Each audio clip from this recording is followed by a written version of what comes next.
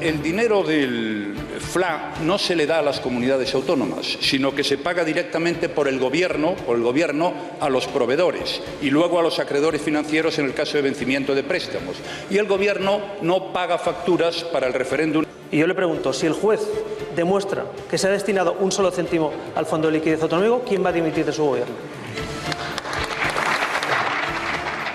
Muy buenas noches y bienvenidos a las noticias de Intereconomía. Es miércoles 7 de febrero. Cuidado a lo dicho hoy por Mariano Rajoy, asegurando que ni un euro público del FLA fue destinado al referéndum del 1 de octubre. Alba Vila, buenas noches. Muy buenas noches, Gonzalo. Pues Ciudadanos ha pedido explicaciones al Partido Popular por el auto judicial que aseguraba que el referéndum ilegal se financió con dinero procedente del Fondo de Liquidez Autonómico. Rajoy lo niega y contraataca a Rivera asegurando que ni un euro público se destinó para financiar a los separatistas. Contradice así, por tanto, Rajoy lo investigado y publicado por el Juzgado de Instrucción número 13 de Barcelona, quien en un auto la semana pasada dejó clarísimo que el proceso se financió con dinero camuflado en este Fondo de Liquidez Autonómico. Y contradice también a lo dicho hoy por Montoro, quien reconoce que quizás sí se pudieron hacer facturas falsas para, digamos, sufragar el procés. Y como decía Rivera, en caso de que Rajoy yerre, ¿quién asumiría entonces las responsabilidades por este escándalo? Repasamos el resto de información en titulares.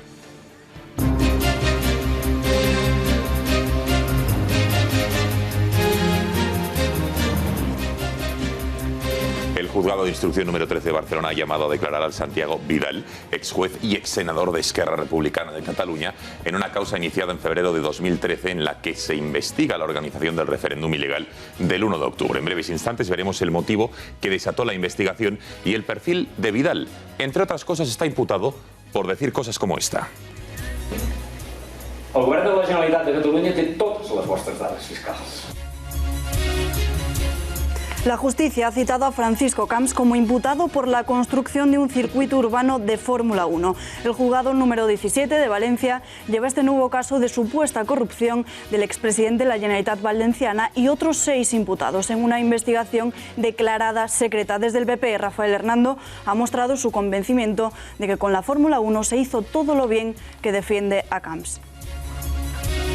Yo estoy seguro que no ha cometido ninguna irregularidad, ¿no? Porque todo ese proceso fue supervisado en su día por interventores. Cheque de 135.000 euros para todos aquellos caídos por la libertad. Es la nueva propuesta que presentó ayer Pedro Sánchez sobre memoria histórica, traslado de los restos de Franco y José Antonio Primo de Rivera del Valle de los Caídos o la retirada de los símbolos de la guerra civil son solo algunas de las medidas que plantean los socialistas. Un nuevo paso en el retorcimiento y radicalización de la ya de por sí sectaria ley de memoria histórica. Analizaremos en profundidad estas ideas del PSOE con nuestro historiador de cabecera, Fernando Paz. El Papa emérito Benedicto XVI se despide. Cumplirá 91 años el próximo 16 de abril y ha remitido en las últimas horas una carta a un periódico italiano en el que subraya el debilitamiento de su fuerza física como el paso previo a la peregrinación a la Casa del Señor. Desde febrero de 2013 vive en un pequeño monasterio del Vaticano.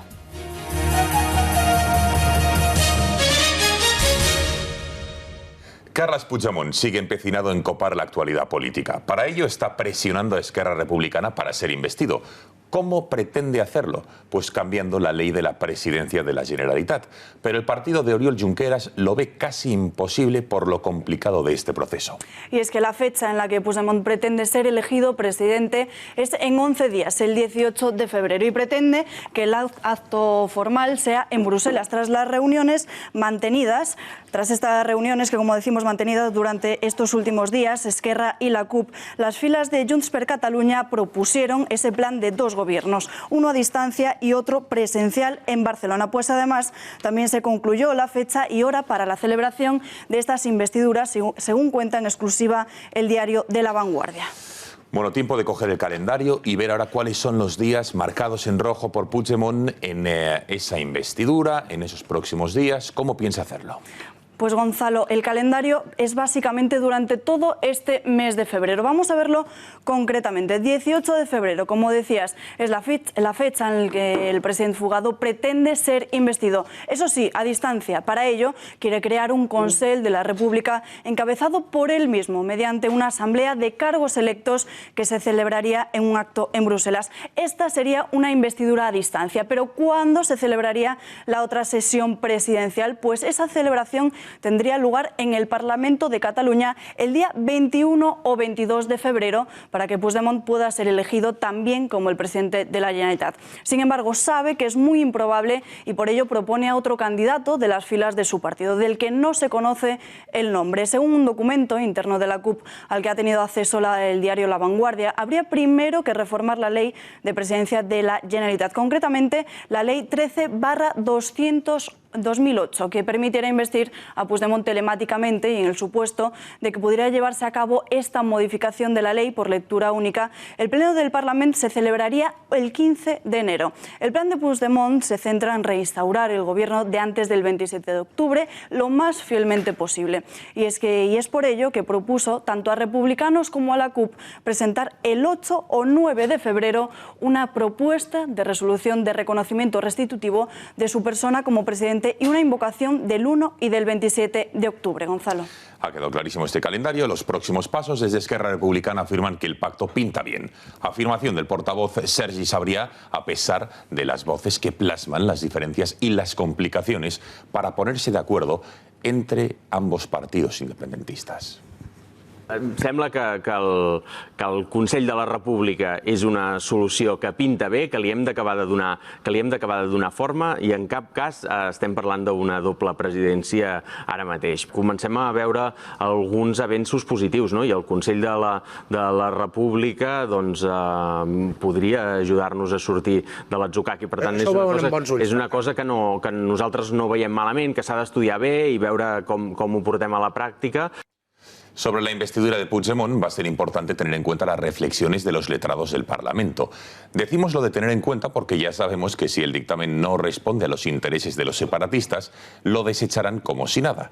Deberán declarar los letrados si Puigdemont, o aclarar mejor dicho, si Puigdemont puede ser investido a distancia y concretar si la cuenta atrás para elecciones en la región echó a correr el día en el que Torrent propuso la sesión de investidura o si por el contrario lo va a hacer cuando se produzca una investidura fallida. Lo único claro a estas horas es que el informe no va a ser unánime.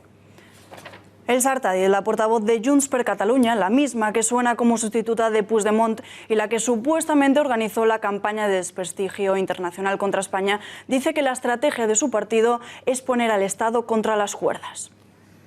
Quin camí està sent molt útil, en la nostra opinió? Posar l'Estat contra les cordes en el sentit que ells mateixos s'han d'estar rebentant des de dins el propi estat de dret. I això, les contradiccions democràtiques i legals que nosaltres els estem posant, ens sembla que és un recorregut que és molt important i que s'ha de fer.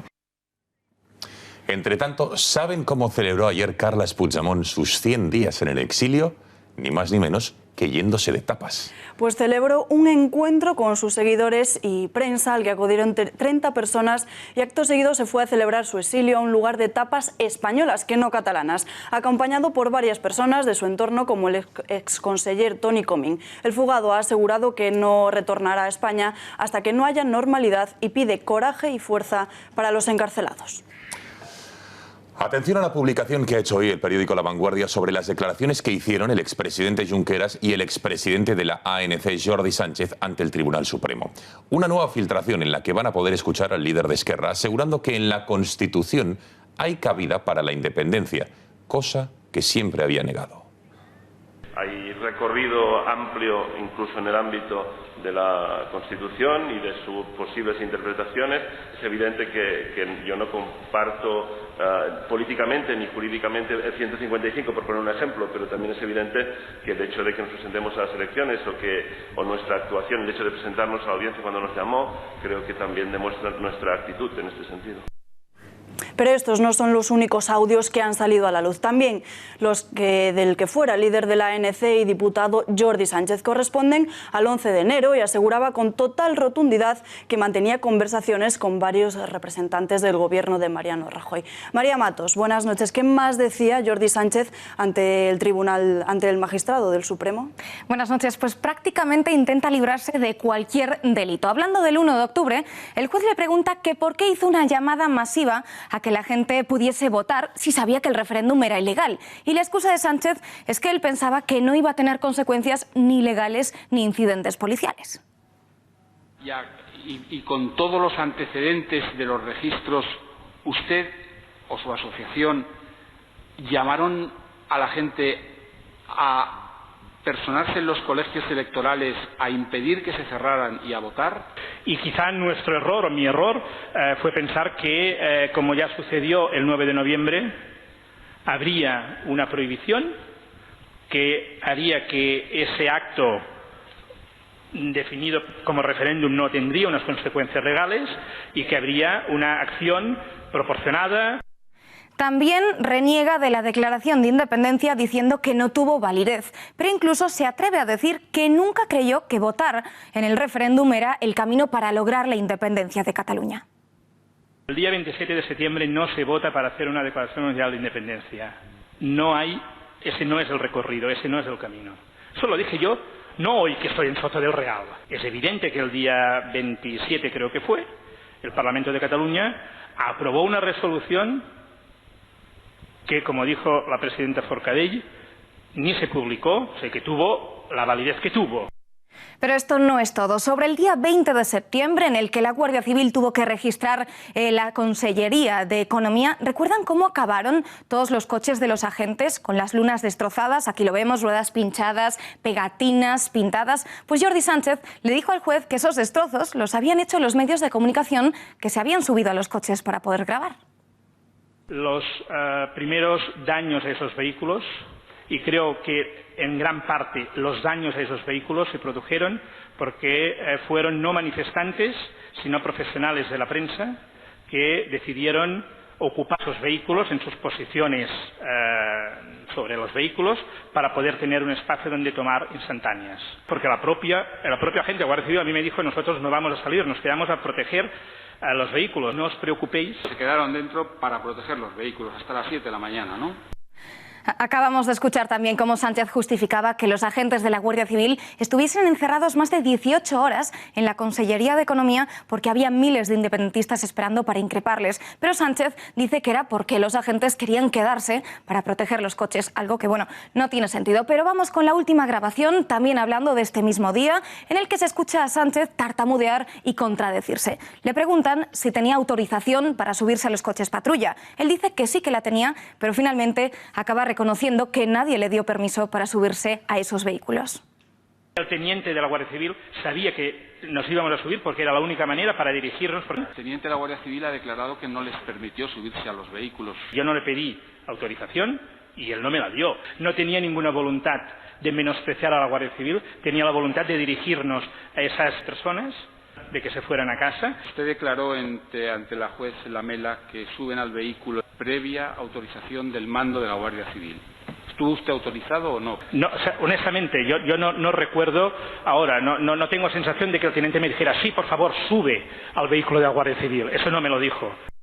Bueno, como ya estamos acostumbrados a ver en el independentismo, dan una versión en privado al juez y luego otra en general en el público, que evidentemente se contradice. Gracias, María. Interesantísimas declaraciones que hemos escuchado de Sánchez ante Llarena, ante las preguntas del juez, de la Fiscalía. Nos vamos de un juzgado al otro, hasta Barcelona, en el juzgado de instrucción número 13.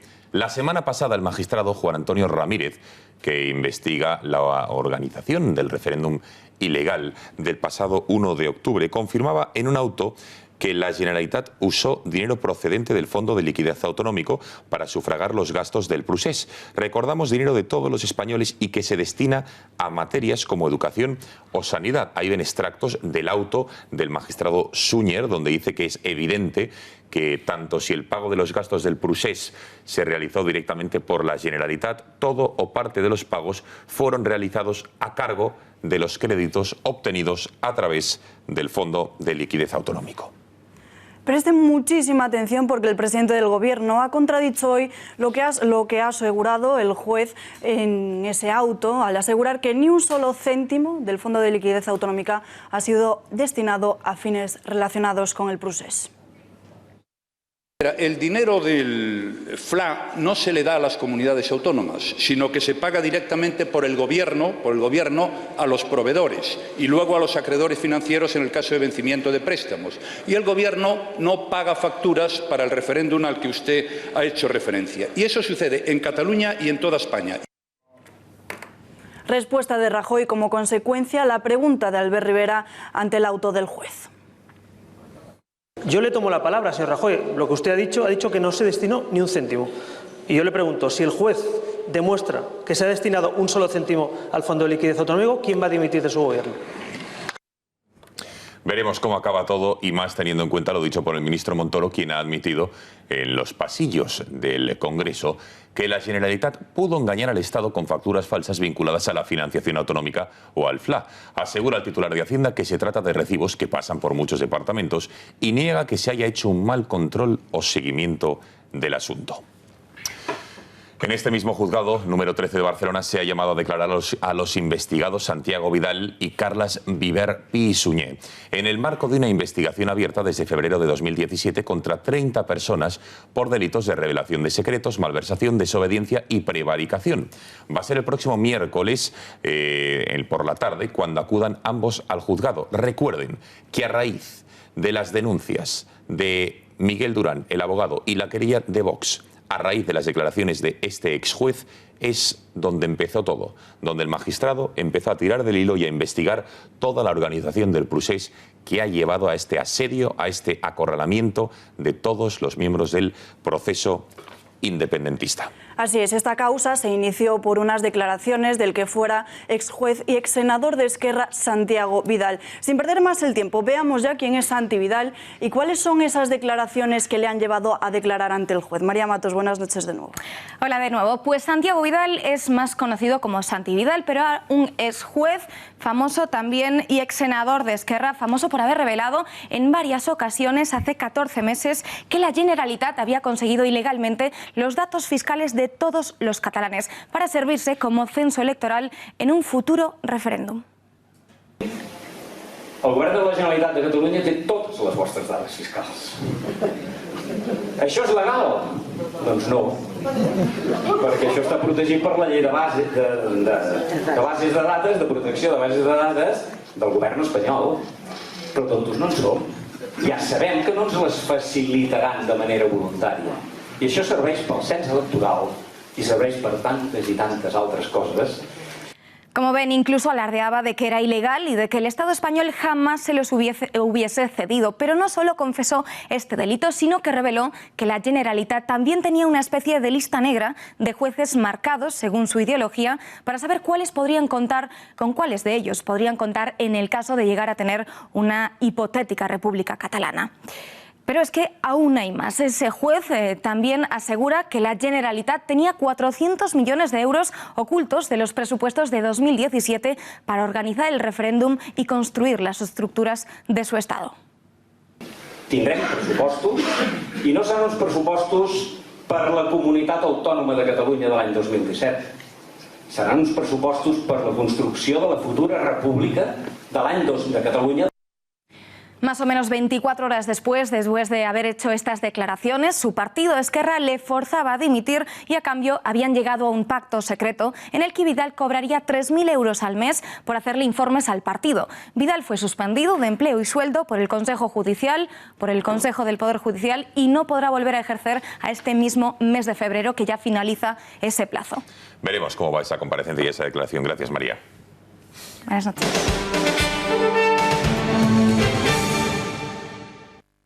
Más asuntos sobre la sesión de control al Gobierno de la Nación. El proceso también ha copado, mejor dicho, gran parte de las preguntas. La vicepresidenta del Ejecutivo se ha revuelto duramente contra el separatista Joan Tardà. Recuerden que hace apenas unos días el diputado separatista propuso sacrificar a Puigdemont para poder tener un gobierno en Cataluña. Hoy, la vicepresidenta ha pedido a Esquerra que vaya cerrando escenarios. Tardà contestaba comparando a los separatistas con Gandhi. Viene usted aquí a hablar de independencia, cuando en privado reconocen que no es posible. Y eso que estuvieron dispuestos a sacrificar a toda Cataluña, a la economía de Cataluña y al bienestar social de los catalanes por seguir adelante con algo que ustedes pensaban imposible. Tanto cuesta sacrificar a un catalán cuando han sacrificado a sus empresas, a sus servicios públicos, a su bienestar, que por cierto está gestionando este Gobierno para el artículo 155.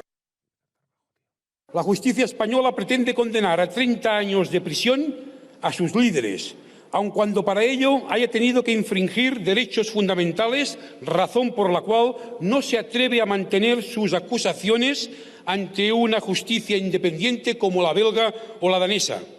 Nunca se atrevió el Imperio británico a aplicar el delito de rebelión a Gandhi, que también luchaba sin violencia por la independencia de la India. Otra demostración más de que en la región catalana se adoctrina a los niños. El tradicional desfile de Torrelles de Llobregat, que se celebra días antes del carnaval, ha tenido como principal protagonista el barco de Piolín con niños a bordo con porras, esteladas y lazos amarillos. Una burla a los agentes de la Policía Nacional que se alojaron en el puerto de Barcelona cuando fueron desplazados para evitar la celebración del referéndum del pasado 1 de octubre.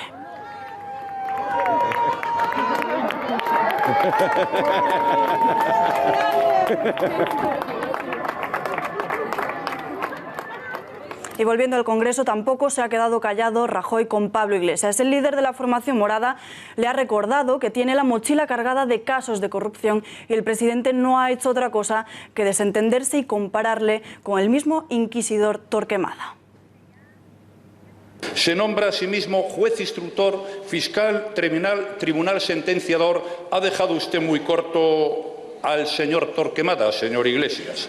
En suma, creo que tiene usted, se lo digo con franqueza y ya sabe que con mucho afecto, una cierta confusión. Y exagerar y sobreactuar no le va a sacar de la misma. Así que va a tener usted que aplicarse a cambiar un poco los criterios que utiliza habitualmente. Bueno, esta sesión de hoy en el Congreso ha dejado en evidencia la tensión entre el PP y Ciudadanos. ¿Peligra su pacto de investidura? ¿Va a aprovechar Albert Rivera la buena tendencia en las encuestas para provocar un adelanto electoral? Veamos algunos motivos de la tensión en la que están inmersos. El último ejemplo ha sido el abandono de esta tarde por parte de Ciudadanos del pacto de la reforma de justicia. No habrá más reuniones porque se oponen a que 12 miembros del Consejo General del Poder Judicial sean elegidos por los jueces. Se dispara la rivalidad y peligra también el pacto entre populares y Ciudadanos. Albert Rivera le toma el pulso a Mariano Rajoy y acepta el desafío político del Partido Popular para liderar el centro-derecha que, aupado por la victoria en Cataluña y el romance demoscópico, sube peldaños en la tensión de su convivencia política. En agosto de 2016, ambos partidos firmaron un pacto de investidura, una hoja de ruta para la gobernabilidad convertida hoy en una montaña rusa de acuerdos y peleas políticas. Y por primera vez, la formación naranja pone en jaque este pacto de gobernabilidad con los populares ante la resistencia del partido de Mariano Rajoy de apartar a la senadora Pilar Barreiro, imputada por el caso Púnica. Esta era la condición que ponían desde Ciudadanos para apoyar los presupuestos generales. Ambos partidos alcanzaron en septiembre de 2017 un preacuerdo con valor de 8.300 millones, pero Ciudadanos lo considera congelado hasta que Barreiro sea apartada. Y por ello, Albert Rivera advierte. De hecho, es tan así que hay una senadora sentada en un escaño por la corrupción en el caso Púnica y sigue Rajoy protegiendo a los corruptos. Rajoy es especialista en proteger a los corruptos de su partido. También con este acuerdo ambos partidos se comprometieron a la separación inmediata de los cargos públicos que hayan sido imputados o encausados por delitos de corrupción. Y siguiendo con su estrategia, Rivera ha lanzado un mensaje público vinculando a Mariano Rajoy con la corrupción que asola al Partido Popular. Y yo quiero que sea especialista en echarles, quiero que sean especialistas en que no se sienten en el Senado. España no se merece un presidente que tapa la corrupción. España merece un presidente valiente contra la corrupción. Además, para el líder de la formación naranja, la declaración de Francisco Correa en el juicio de la trama Gürtel confirma que el PP se financió ilegalmente a través de comisiones ilegales.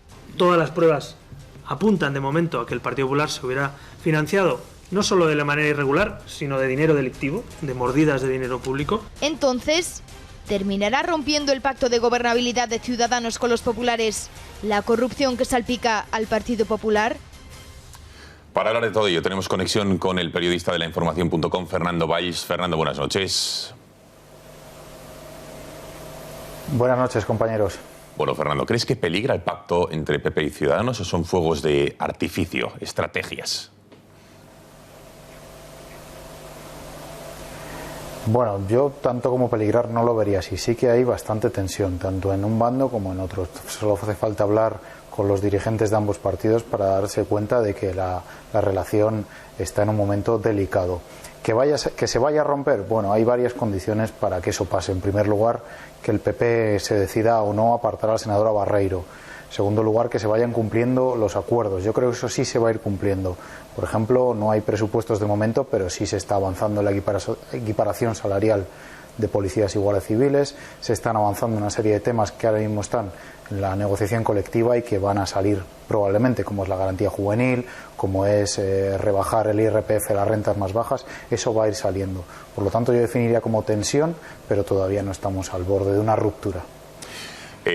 Vamos a ver, Fernando, los tiras y afloja en estos momentos son lo que has dicho de la equiparación salarial y también la dimisión de una senadora, en este caso la senadora Barreiro, imputada, que Ciudadanos exige su dimisión o que la aparten para apoyar las cuentas públicas, además de otros casos de corrupción. Parece ser que estas líneas rojas no son fácilmente movibles. Bueno, yo sé que en el PP, llegado un momento, el PP utilizan sus tiempos en el gobierno, ¿no? Lo primero que dicen es que hay que convencer al PNV de que gire y que apoye los presupuestos, y eso no va a pasar hasta que no se desbloquee la situación en Cataluña.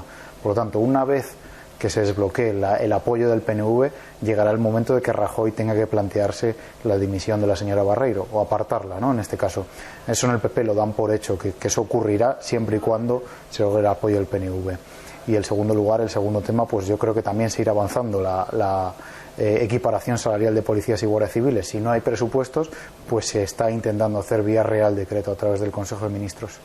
El partido de Rivera no cesa en sus ataques al Partido Popular por los casos de corrupción. Hoy se han levantado de la mesa de negociación de la reforma del sistema judicial. Parece que en esto tampoco hay acuerdo. No hay acuerdo. Ya te digo que la tensión es bastante amplia y aquí ambos partidos están mirando las encuestas. Esas encuestas que dicen, la del CIS de esta misma semana, que Ciudadanos va en progresión ascendente y que el PP va en progresión descendente. Le está quitando votos y se fijan sobre todo ambos partidos también en la intención directa de voto. Es decir, cuando se le pregunta a un español, usted si hubiera elecciones hoy, ¿qué votaría? Ahí están igualados. La igualdad es máxima. Entonces eso es lo que preocupa realmente, que esa sangría de votos del PP a Ciudadanos continúe y no se frene. Por eso el Gobierno ya se ha puesto en marcha también y hoy mismo se ha aprobado una serie de medidas legislativas que irán al Consejo de Ministros del viernes. Una de ellas es la de la prisión permanente revisable. Bueno, Fernando, un asunto más. Luis de Guindos parece que va a ser el próximo vicepresidente del Banco Central Europeo. Es la propuesta de nuestro país. ¿Crees que va a tener la confianza del Eurogrupo dentro de 10 días? ¿Lo conseguirá?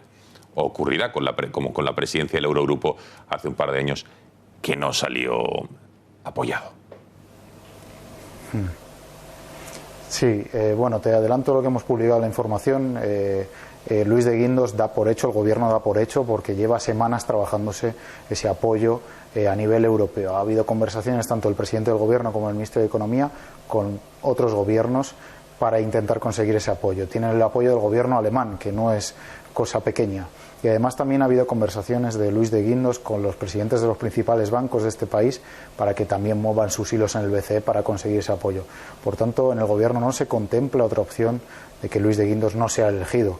Ya hay cábalas sobre su dimisión el 23 y quién ocupará su puesto a partir de ese día. Fernando, la oposición, nacionalistas, Podemos, Partido Socialista, no lo han apoyado, entre otras cosas porque dicen que no es mujer.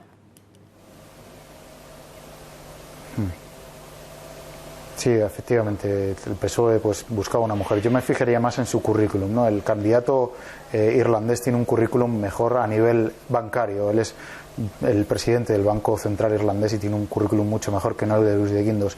Pero parece que España tiene todo bastante amarrado, al menos eso es lo que comentan el gobierno. La rueda de prensa de Luis de Guindos lo hemos visto hoy, que no contempla otra opción que no sea la de marcharse para Frankfurt a partir del día 23 de marzo. Queda clarísimo. Fernando Valls, gracias por atendernos y muy buenas noches. Gracias a vosotros. Un abrazo.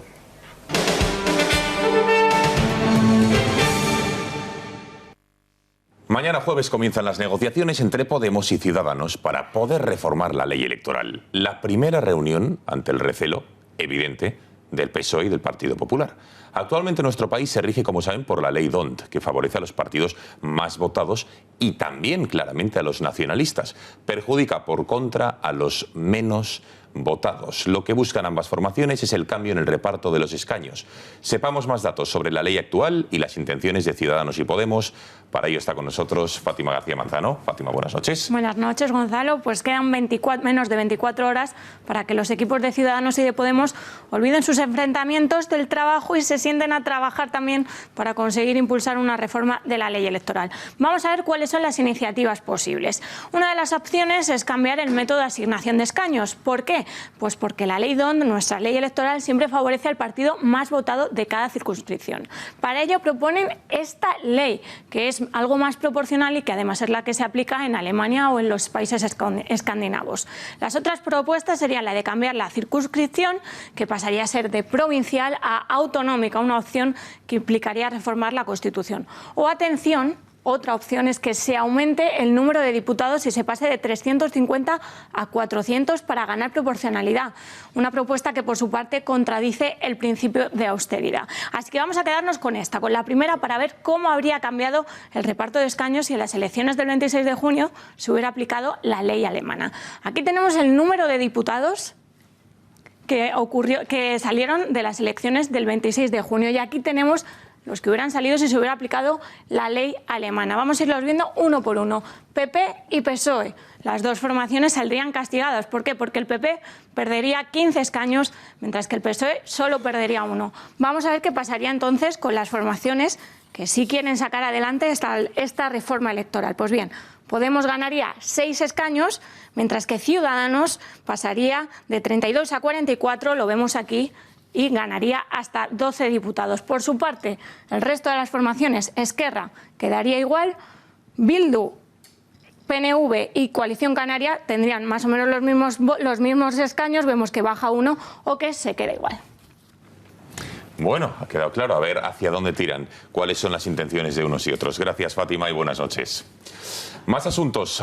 Seguimos con la crónica política porque hoy Francisco Camps ha sido llamado a declarar como imputado en la causa secreta que se está investigando en la Fórmula 1. Le pillaba por sorpresa, le citaban a la 1 del mediodía, él estaba por la mañana en el Consejo Consultivo, que como saben es un órgano que recoge, entre otros, a los expresidentes de la Generalitat Valenciana, y él, después de dimitir en el año 2012, así decidió hacerlo.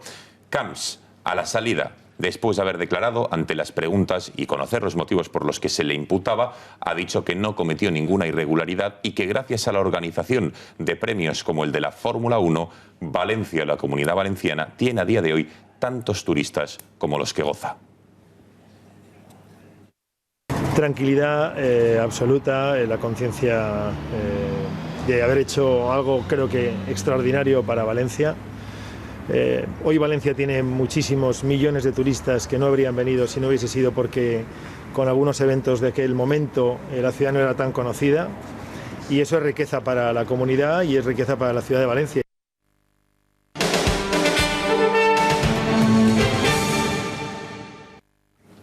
Bueno, ayer, como saben, saltaban las alarmas. Varios medios de comunicación apuntaban a que el Ministerio de Hacienda iba a bloquear la equiparación salarial entre los agentes de la Guardia Civil y la Policía Nacional con el resto de cuerpos autonómicos, en concreto con los Mossos d'Esquadra.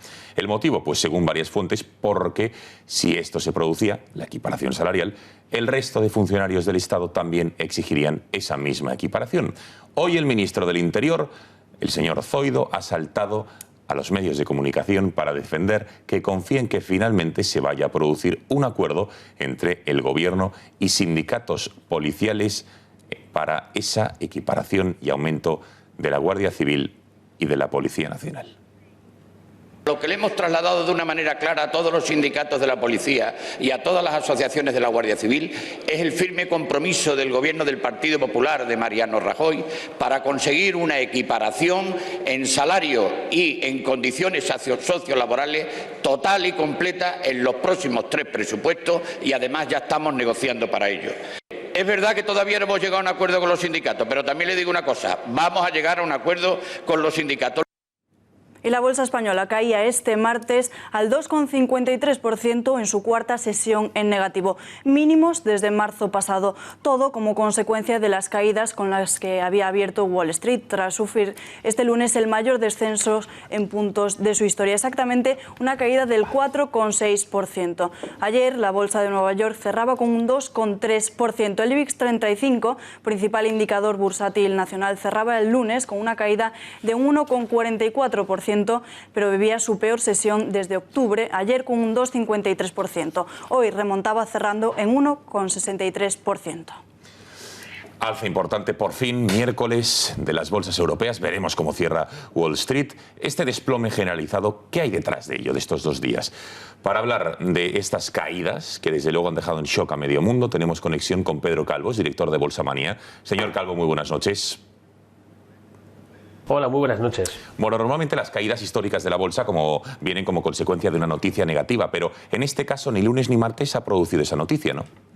En apariencia no se ha producido, y lo cierto es que estamos buscando una explicación porque no ha habido ningún motivo concreto que pueda explicar un movimiento como el que estamos viendo en los mercados. La verdad es que nunca es fácil encontrar las causas concretas de una corrección como la que estamos viendo. La sensación es que el mercado llevaba meses sin corregir y que ahora está aprovechando la tesitura que hay en la economía, con un riesgo a que suban los tipos de interés o a que se manifiesten mayores presiones inflacionistas, para que haya llegado por fin esa corrección. ¿Qué hay detrás de la caída de las bolsas a nivel mundial, señor Calvo? No puede ser únicamente un temor a la subida de los tipos de interés, ¿no? Sí, la verdad es que uno de los motivos que está empujando estas caídas es ese temor a que suban los tipos de interés. El viernes pasado conocimos unos buenos datos de empleo en Estados Unidos y esto ha alimentado la sensación de que tal vez la Reserva Federal tenga que subir los tipos de interés más rápido de lo previsto en la primera economía mundial. Esto está provocando ya en las últimas semanas que la rentabilidad de los bonos americanos esté subiendo. Y claro, cuando sube la rentabilidad del denominado activo libre de riesgo, hay que recalcular la valoración del resto de los activos, y eso está provocando una caída de las acciones bursátiles, de la renta variable. Ahora bien, ¿esto es suficiente? Parece que es la principal excusa. ¿Y por qué es una excusa? Porque lo que hemos visto en los últimos años es que los mercados han ido funcionando, evolucionando al calor de los bancos centrales. La alegre política monetaria de los bancos centrales ha alimentado la subida de las bolsas y ha provocado en los mercados una carrera por el riesgo, un apetito por el riesgo. Es decir, los inversores han corrido para capturar, para cazar aquellos activos que más rentabilidad podían dar. Ahora lo que estamos viendo que tal vez los bancos centrales tienen que volver sobre sus pasos, y esto asusta a los inversores porque están viendo que el paradigma que ha imperado en los últimos años puede estar cambiando. Bueno, hay una cosa que también es interesante, señor Calvo, y es la velocidad brutal con la que las bolsas están retrocediendo.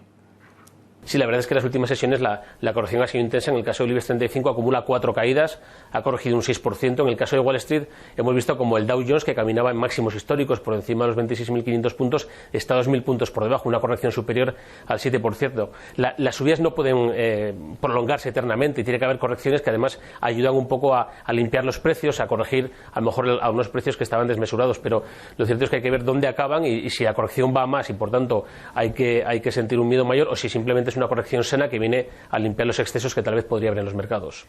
Hay analistas, no sé si usted comparte esta opinión, que dicen que tenemos una recesión a la vuelta de la esquina. ¿Está usted de acuerdo con esto que aseguran estos analistas? Siempre es difícil predecir cuándo puede venir una recesión o no. Lo cierto es que el mundo está creciendo. O sea, los fundamentales económicos no son diferentes hoy a los del pasado viernes o a los de hace 2 semanas. El FMI acaba de elevar la previsión de crecimiento mundial para este año al 3,9%. Es decir, el mundo crece, la eurozona crece, está más robusta de lo que incluso se podía pensar. España crece, Estados Unidos crece. Estamos en un entorno de crecimiento económico, descenso del paro, y todavía no hay muchas presiones inflacionistas. De hecho, están bastante rebajadas. Es decir, es un escenario en el que por ahora no se adivinan esos brotes de recesión. Lo que es cierto es que el ciclo ya está avanzado. No hay que olvidar que Estados Unidos lleva creciendo desde 2009, España desde 2013, y por tanto esta es la recuperación que hay. Y en algún momento pues vendrán curvas o vendrá un crecimiento más débil y habrá que ver cómo afrontamos esos desafíos que lleguen en el futuro. Pero de momento lo cierto es que la economía mundial crece, los beneficios empresariales están creciendo, el paro está bajando, hay que ver si verdaderamente se produce un rebrote de la inflación que tal vez pueda agitar más los mercados o las valoraciones de los activos, porque habrá que descontar a lo mejor unas subidas de tipos de interés mayores de las previstas, pero los fundamentos económicos todavía están sólidos. Lo cierto es que esto que estamos viendo en los mercados es un aviso de que el riesgo sigue existiendo. En los últimos años ha habido tal vez un abuso de complacencia, es decir, parece que todo estaba controlado, que los riesgos habían desaparecido, que no había que temer nada de lo que pasaba porque los bancos centrales siempre nos rescataban o siempre estaban al auxilio de lo que pasaba en los mercados. Pero hay que tener en cuenta que los riesgos siguen existiendo, que la volatilidad nunca puede ser tan baja, no puede ser baja eternamente y que hay que calcular las cosas teniendo en cuenta que los riesgos siguen existiendo y por tanto hay que darles un precio a esos riesgos. Queda clarísimo. Pedro Calvo, gracias por haber atendido a las cámaras de este informativo y muy buenas noches. Seguimos con un par de asuntos más de índole económico. Luis de Guindos, como les hemos comentado anteriormente, ya ha presentado formalmente su candidatura a la vicepresidencia del Banco Central Europeo. Los rumores se han confirmado y el Gobierno ha lanzado la candidatura del titular de Economía con el envío de una carta presentándole para este puesto, haciendo oficial los rumores que se venían barajando desde hace unos meses. Su intención es continuar como titular de la cartera de Economía en nuestro Gobierno mientras no sea nombrado por la Unión Europea para el cargo. Guindos se ha mostrado confiado. Dice que si es elegido dimitirá al momento. Eso sí, no ha querido aclarar quién podría ser un buen sucesor en la cartera de Interior. Lógicamente lo que vamos a defender es que la candidatura española salga, ¿no? Y entonces ese es el escenario, por supuesto central, ¿no? Y lo que le puedo decir al respecto es que si definitivamente soy elegido por el Consejo, inmediatamente dimitiré. Esa es la situación. Bueno, pero ¿cuándo vamos a saber si es elegido? Conectamos en directo con nuestra redacción de noticias. Julia López, buenas noches. Cuéntanos el calendario, los tiempos. Buenas noches. La Eurocámara se reunirá este 14 de febrero con los candidatos a la vicepresidencia del Banco Central Europeo. Antes incluso de que designen quién es el candidato más cualificado. El nuevo vicepresidente será elegido el 19 de febrero. Si no hay imprevistos, los jefes de Estado y de Gobierno de la Unión Europea certificarán el nombramiento en la cumbre que se celebra el día 22 y 23 de marzo en Bruselas. Finalmente, el candidato elegido ocupará el cargo a partir del 1 de junio, sustituyendo así a Víctor Constancio. Julián, gracias y buenas noches. Guindo ya cuenta con apoyos, entre ellos el comisario de Asuntos Económicos de la Comisión Europea. Y desde España, el presidente del Gobierno lo ha calificado como un magnífico candidato. Dice que tiene rigor, experiencia, fidelidad a los principios de la Unión y el aval de su trabajo que ha logrado que nuestro país pase de su peor crisis a una senda sólida de recuperación. Curiosísimo lo del socialismo en Europa. En España no le apoyan. El socialismo francés y el socialismo portugués sí que apoya a Luis de Guindos, ministro de Economía de nuestro país. ¿Cuáles son los motivos del PSOE para no apoyar la candidatura de Luis de Guindos? Pues porque dicen que supone un menosprecio y un desprecio a las mujeres. No porque Guindos sea machista, sino porque aseguran que debería ser una mujer la que ocupe este puesto, únicamente por el hecho de ser mujer. Creemos que es necesario una persona independiente, técnico, con sobrada cualificación en materia de política monetaria y de mercados financieros y que además tiene que ser una mujer porque efectivamente ya va siendo hora de que las mujeres estén adecuadamente representadas en el Banco Central Europeo. Y hablando de polémicas feministas, fíjense en el uso gramatical del lenguaje de Irene Montero. Ocurrió durante una rueda de prensa en el Congreso de los Diputados al hacer referencia a portavoces y portavozas.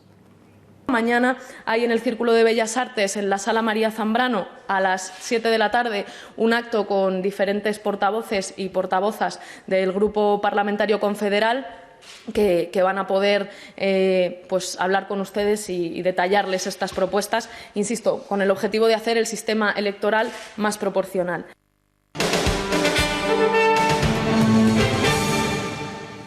El Partido Socialista prevé ampliar la ley de la memoria histórica, es decir, radicalizarla. Ayer lo anunciaba Pedro Sánchez, su secretario general en el Congreso de los Diputados, reunía a su grupo parlamentario y mostraba los puntos a seguir, la estrategia de la formación durante este 2018, que implica evidentemente un giro hacia la izquierda en lo que él dice políticas sociales, pero también políticas de revisionismo, sobre todo de la historia. Como sabe, la ley de la memoria histórica la aprobó el gobierno de José Luis Rodríguez Zapatero hace aproximadamente una década, y no es una ley que busque cerrar heridas o, digamos, intentar reconciliarnos con nuestro pasado, sino lo que pretende es enfrentar a unos españoles con otros, volver a los bandos, a los rojos y a los azules. Fíjense lo que pretende Pedro Sánchez, y les cito textualmente algunos extractos de la ley que pretende, el anteproyecto que ya está presentado en el Congreso. Pretende, entre otras cosas, indemnizar con 135.000 euros a los caídos por la libertad. La libertad de los que defendían la República, evidentemente, los que buscaban la libertad de uno de los bandos. Dice además que quieren exhumar los restos de Francisco Franco, de José Antonio Primo de Rivera, del Valle de los Caídos, y acabar con ese mausoleo fascista, como consideran. Aseguran además que la Comisión de la Verdad busca dirimir responsabilidades y, ojo, quizá lo más gordo, multas y también sanciones y penas de cárcel para quien discrepe de esta ley. Lo vemos en el siguiente vídeo. Pedro Sánchez ha vuelto. Este martes no dudó en presentar la nueva hoja de ruta del PSOE para el nuevo periodo de sesiones. ¿Y qué iniciativa incluía en sus planes? La de potenciar la ley de memoria histórica, una estrategia con la que pretende intentar dejar sin espacio a Podemos dentro de la izquierda. ¿Qué medidas incluye la nueva iniciativa de Sánchez? Pues trasladar los restos de Franco y de Primo de Rivera del Valle de los Caídos. La segunda propuesta, la de localizar fosas e identificar a los desaparecidos, y la de instaurar una comisión de la verdad en busca de responsabilidades. Y llegamos a la tercera, que se destinen 135.000 euros para los herederos de quienes fallecieron en defensa y reivindicación de las libertades y derechos democráticos.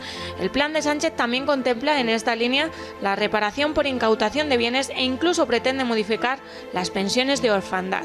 Pero Sánchez no se quedó ahí. Consciente de la importancia que tiene esta ley para su partido y de que como líder debería seguir el legado de Zapatero, también ha decidido incluir en su proyecto la retirada inmediata de símbolos de la guerra civil y anular absolutamente todas las condenas y sanciones. El Partido Socialista intentará impulsar todas estas medidas en las próximas sesiones, aunque parten con optimismo. Saben que Podemos y los nacionalistas no podrán votar en contra de estas propuestas, y aun con el voto en contra de PP y Ciudadanos conseguirían sacar adelante las iniciativas. Es más, puede que incluso cuenten con el apoyo de Rivera, quien ya votó a favor de una proposición no de ley de los socialistas para exhumar los restos de Franco del Valle de los Caídos. Bueno, para analizar el alcance de esta propuesta de ley del PSOE, que pretende ir más allá de la de por sí sectaria y polémica ley de memoria histórica, tenemos conexión con Fernando Paz, nuestro historiador de cabecera. Fernando, buenas noches. Muy buenas noches. Bueno, acabamos de repasar algunos de los puntos más polémicos del proyecto de ley que ha propuesto el PSOE. ¿Cuál o cuáles son los puntos que, digamos, te parecen más graves? A tu juicio, ¿cuáles son? Bueno, la ley me parece nefasta en sí misma, se coja por donde se coja, del principio al final, pero hay algunos puntos particularmente graves, como son los puntos que cercenan de una manera absolutamente indisimulada y sin rebozo alguno la libertad de expresión y todo el aparato represivo que hace, bueno, que tiene que ver con esa represión de la libertad de expresión, que es el sistema de multas que se impone, incluso la posibilidad de que los docentes pierdan sus puestos de trabajo y, en fin, incluso prevé penas de cárcel para aquellos que los incumplan, hasta incluso en cargos elegidos democráticamente, cargos representativos. Incluso en esos casos se puede perder la condición de cargo electo por incumplir la ley. Es una cosa verdaderamente sin precedentes.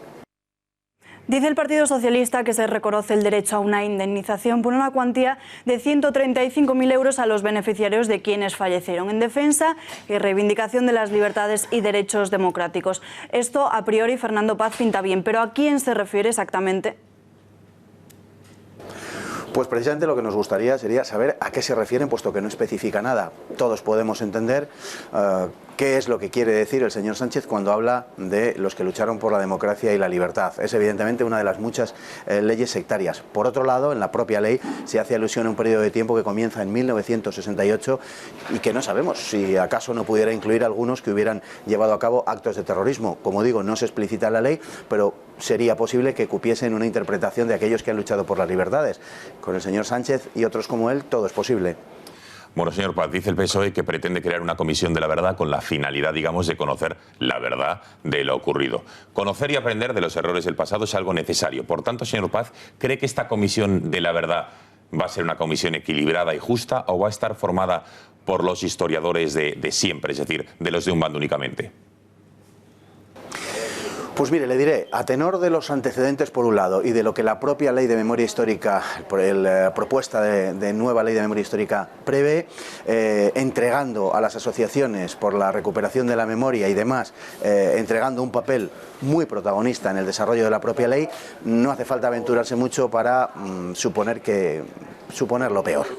Bueno, señor Paz, por último, cito textualmente, se va a retirar de manera inmediata escudos, insignias, placas conmemorativas de la guerra civil y de la dictadura. ¿Qué le parece esta medida y, sobre todo, que solo se retiren estos símbolos de un solo lado y no del otro?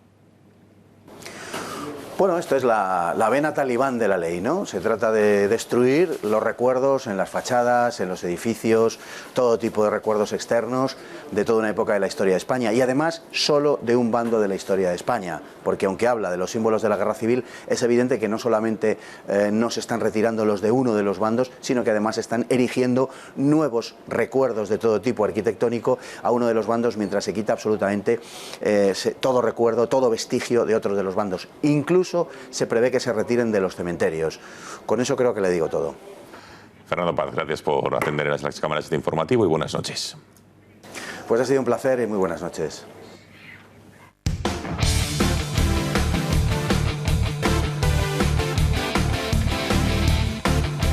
Manuel Pérez Nogue, buenas noches. ¿Qué tal? Buenas noches. Un día más hablamos de Piqué, no por sus salidas de tono, sino ámbito deportivo. Bueno, luego hablamos también de la salida de tono. También, bien, hay para todo en esta sección de deportes. Bueno, Piqué es noticia porque no se sabía si iba a estar disponible en el próximo partido del Fútbol Club Barcelona. Dentro de unos minutos comienza el Leganés-Sevilla. Sevilla-Leganés en realidad porque se juega en el Ramón Sánchez Pizjuán esa vuelta de la primera semifinal de Copa del Rey. Mañana juega el Barça en Mestalla contra el Valencia y allí estará Gerard Piqué. Hoy se entrenaba junto al resto de sus compañeros con esa nueva equipación. La sorpresa ha salido a última hora de esta tarde porque Piqué ha entrado en esa convocatoria como estamos viendo esta mañana cuando ha comparecido su técnico. Valverde no ha querido especificar si estaría o no. Ha dicho que habría que verlo después de ese entrenamiento. Bueno, pues una vez ha concluido, parece ser que sus molestias en la rodilla derecha ya se han solucionado y que por tanto estará disponible. No sabemos si será titular o si comenzará en el banquillo. El que seguro es titular es Luis Suárez. Está apercibido, le queda una amarilla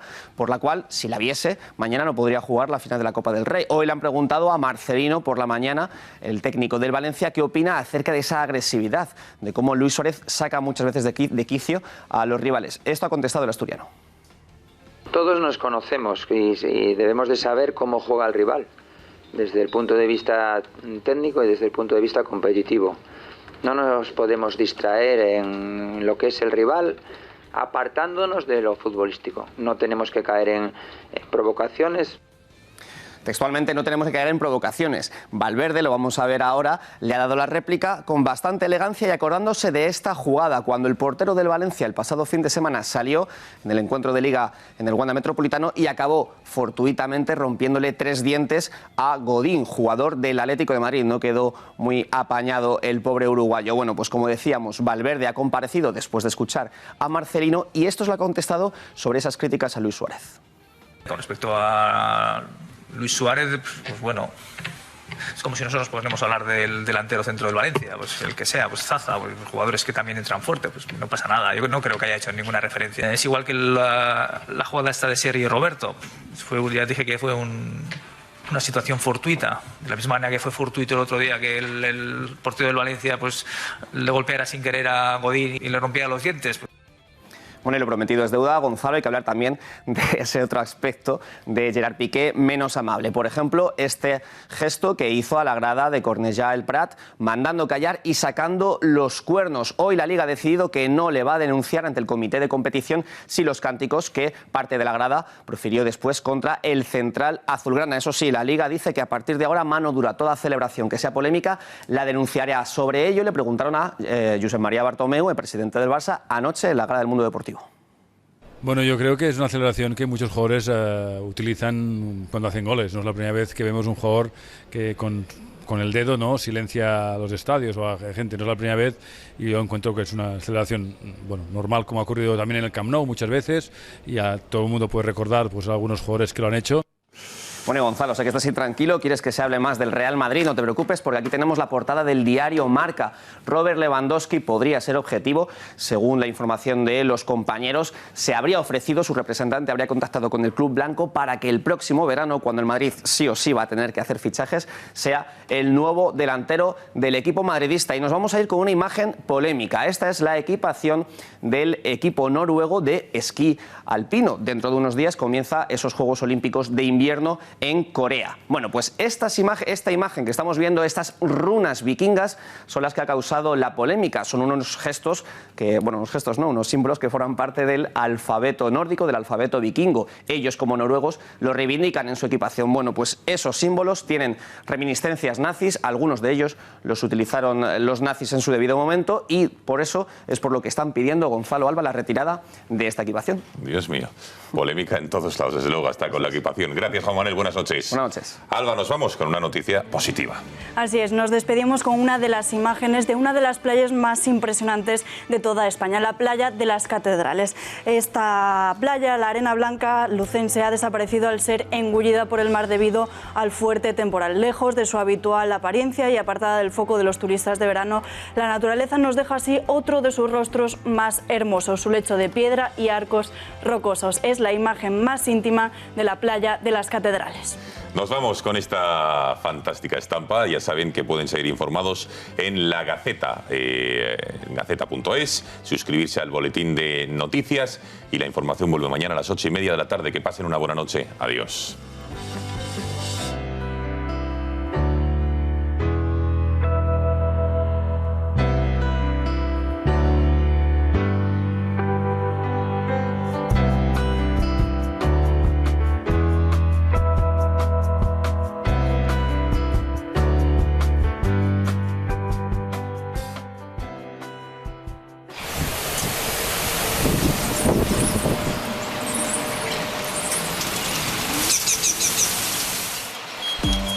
Este jueves seguimos bajo la influencia de una masa de aire frío, tenemos tiempo en general bastante seco y el viernes podríamos tener algunos cambios, aquí lo veis, con la llegada de esta otra masa de aire. De momento las precipitaciones se encuentran en el norte peninsular. Este jueves, allí lo veis, sobre todo precipitaciones en forma de nieve. También podrían caer algunos chubascos en las costas del Mediterráneo o en el norte de Canarias a primera hora de la mañana. Allí soplará el viento de norte con bastante intensidad, dejando un estado de la mar bastante alterado, olas de 5 o 6 metros de altura. Las precipitaciones más importantes están en el norte peninsular, muchas de ellas en forma de nieve. La cota estará en torno a los 200 metros de altura.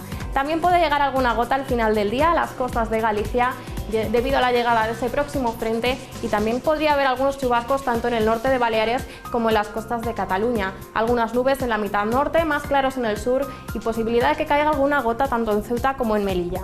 Las temperaturas mínimas van a seguir muy bajas, seguimos con heladas en todo el interior peninsular, siguen activos los avisos y es que fijaos en Albacete hasta menos 5 grados. Las temperaturas máximas tampoco suben demasiado, valores muy invernales, valores en torno a los 5 o 6 en puntos del interior.